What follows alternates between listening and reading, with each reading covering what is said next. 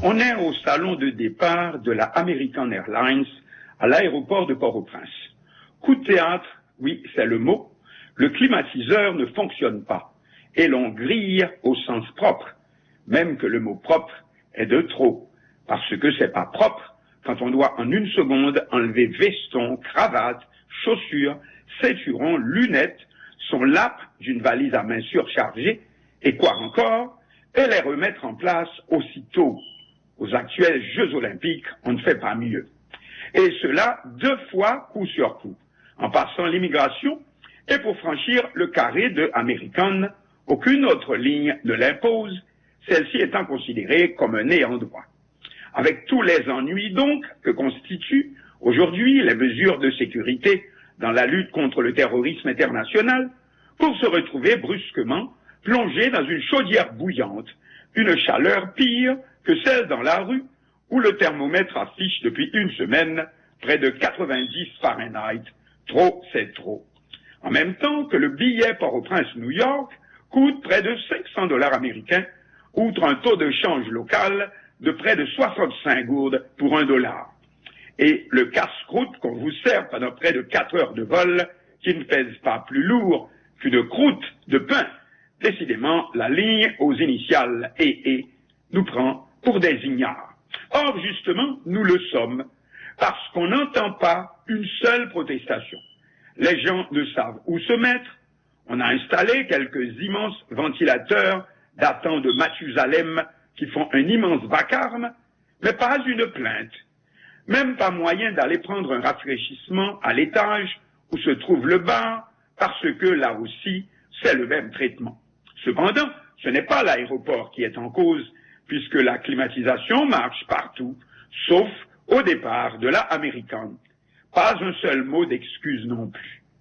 Dieu merci, ce qui serait le comble, le vol n'a aucun retard. Comment expliquer une telle réaction de la part du passager haïtien? Nous n'hésiterions pas à dire que c'est la traduction d'un état d'esprit. Les gens sont prêts à tous les sacrifices pour pouvoir foutre le camp du pays, prêts à tout subir, à avaler toutes les vilainies, tous les abus, pour entendre décoller l'avion. Ouf! En effet, dehors, les nouvelles ne sont pas très réjouissantes. Ce ne sont que Haïtiens perdus, comme chiens sans collier, au beau milieu du continent, ballottés de Colombie en Panama ou Équateur, parce que terminé le miracle brésilien est convaincu par les gangs de passeurs qu'ils pourront les faire traverser le Mexique, serait-ce à pied, pour entrer dans la terre promise, les États-Unis. Ou encore, des parlementaires totalement immunisés contre toute conception du bien public, ou qui le semble, et qui négocient le vote du budget avec un seul souci, augmenter la part qui leur revient toujours et toujours, tandis que les immondices dans la rue montent plus haut que nos têtes, et que si cela continue, l'on n'écarte pas la possibilité d'émeutes populaires en guise de rentrée scolaire le mois prochain. Il y en a marre.